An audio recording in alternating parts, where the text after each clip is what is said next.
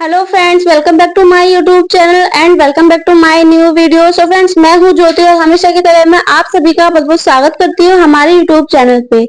So friends, आज की video में मैं आपको बताने वाली हूँ एलआईसी के बॉन्ड से जुड़ी हुई कुछ ऐसी बातें जो कि आपको नहीं पता है और उसके अलावा भी काफी हमारे सवाल हैं जिनका भी जवाब हम आज की वीडियो में ढूंढने वाले हैं। सो फ्रेंड्स, अगर आपके भी कोई सवाल है एलआईसी के बॉन्ड से जुड़े हुए हैं, सो फ्रेंड्स आज की वीडियो में एंड तक जरूर बने रहिएगा। वीडियो को एंड तक जरूर देखिएगा। वीडियो पसंद आती है तो वीडियो को लाइक जरूर कीजिएगा। उन लोगों के साथ शेयर करना बिल्कुल भी ना भूले जिन्होंने भी अभी अभी न्यू कोई भी इंश्योरेंस लिया है या जिनको पॉलिसी बॉन्ड के बारे में कुछ भी जानना है। सो फ्रेंड्स, इसी के साथ साथ हमारी वीडियो की शुरुआत करते हैं और चलते हैं हमारी वीडियो के अंदर। सो फ्रेंड्स, एलआईसी का बॉन्ड एक ऐसा इंपॉर्टेंट पेपर होता है जो कि आपको जब भी मिलता है, जब से लेकर के 20 साल 25 साल जितने 20 साल की आपकी पॉलिसी है उतने साल तक आपको संभाल के रखना होता है।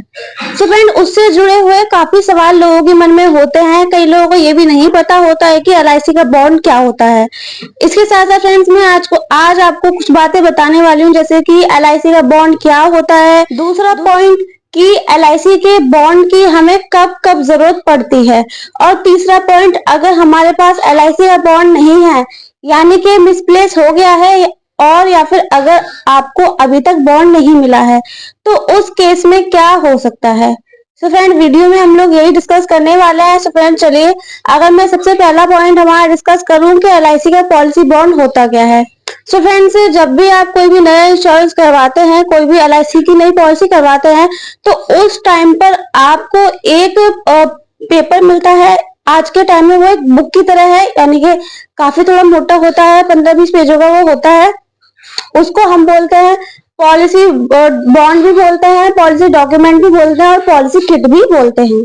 सो फ्रेंड्स, जो फर्स्ट टाइम में जब भी आप इंश्योरेंस करवाते हैं उसके बाद आपको बॉन्ड के पोस्ट ऑफिस के जरिए आपको एक पेपर रिसीव होता है जिसमें कि आपकी सारी डिटेल्स होती हैं।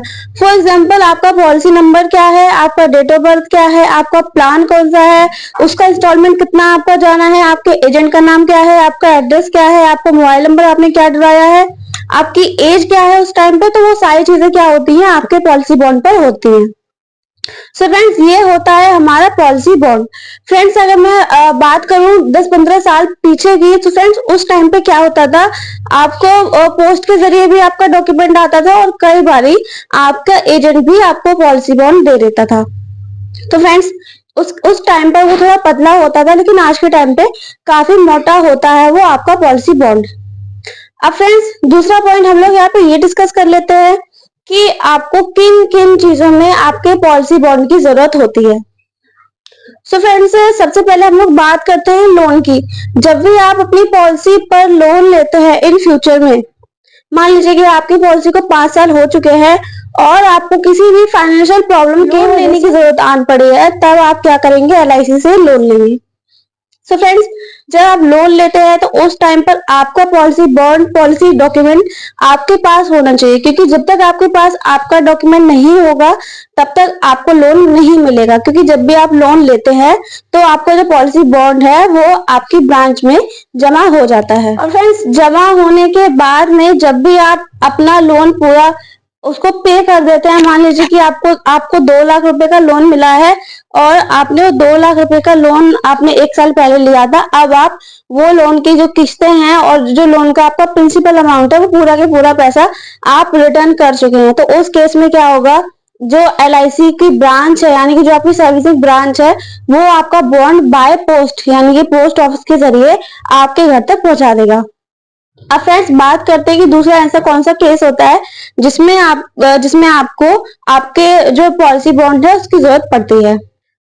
सो फ्रेंड्स, दूसरा हमारा वो काम होता है, केस होता है कि अगर इन फ्यूचर आपको किसी भी रीजन से अपनी पॉलिसी को सरेंडर करवाना है तो उस केस में भी आपके पास आपका बॉन्ड होना चाहिए।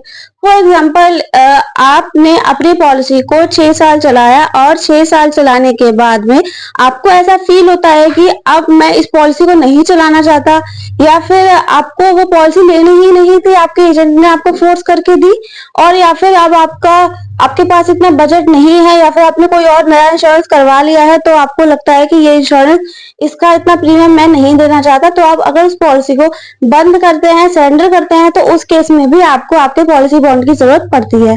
अगर आपके पास आपका पॉलिसी बॉन्ड नहीं होगा तो आप अपनी पॉलिसी को सरेंडर यानी कि बंद नहीं कर सकते, क्लोज नहीं कर सकते हैं। सो फ्रेंड, दूसरा केस ये हो गया कि अगर आप अपनी पॉलिसी को सरेंडर करवाना चाहते हैं, तब आपके पास पॉलिसी बॉन्ड होना जरूरी है, क्योंकि आपके डॉक्यूमेंट के साथ पॉलिसी का बॉन्ड आपकी ब्रांच में जमा हो जाता है। अब फ्रेंड्स, जमा होने के बाद क्या वो बॉन्ड आपको वापस मिलता है जैसे कि लोन में मिला था? सो फ्रेंड्स, बिल्कुल भी नहीं, क्योंकि आपने अपनी पॉलिसी सरेंडर कर दी है, बंद कर दी है, और पॉलिसी को बंद करने के बाद आपका जो बॉन्ड है वो ब्रांच में जमा हो जाएगा और वो आपको रिटर्न नहीं मिलेगा। अब फ्रेंड्स, तीसरा केस बात करते हैं कि तीसरे केस में आपको कब आपके पॉलिसी बॉन्ड की जरूरत पड़ती है। फ्रेंड, तीसरा केस हमारा ये है कि कभी भी आप अपनी पॉलिसी में कोई भी चेंजेस करवाते हैं। फॉर एग्जांपल, आप अपनी पॉलिसी में अपना जो आपका नाम था, स्पेलिंग का कुछ एरर आ रहा है, डिफरेंस आ रहा है, उसको आप चेंज करवाते हैं, तब आपको पॉलिसी बॉन्ड चाहिए होता है। अगर आप अपनी डेट ऑफ बर्थ में कोई करेक्शन करवाते हैं तो आपका बॉन्ड चाहिए होता है। अगर आप एड्रेस अपना चेंज करवाते हैं तब आपको आपका पॉलिसी बॉन्ड चाहिए होता है।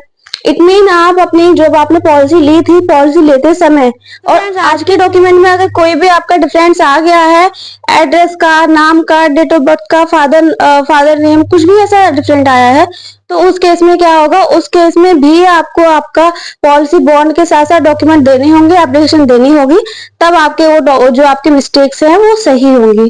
तो फ्रेंड, तीसरा केस हमारा हो गया कि जो अगर कोई भी मिस्टेक आपकी हुई है उसमें, तो उस टाइम पे भी आपका जो बॉन्ड है वो साथ में जमा होता है, पर वो भी आपको रिटर्न मिल जाता है। अब फ्रेंड्स, चौथा और सबसे लास्ट बात करते हैं कि कब आपको आपका पॉलिसी बॉन्ड की रिक्वायरमेंट होती है। फ्रेंड्स, चौथा हमारा होती है कि जब भी आप अपनी पॉलिसी में नॉमिनी अपडेट करते हैं या फिर नॉमिनी को चेंज करते हैं।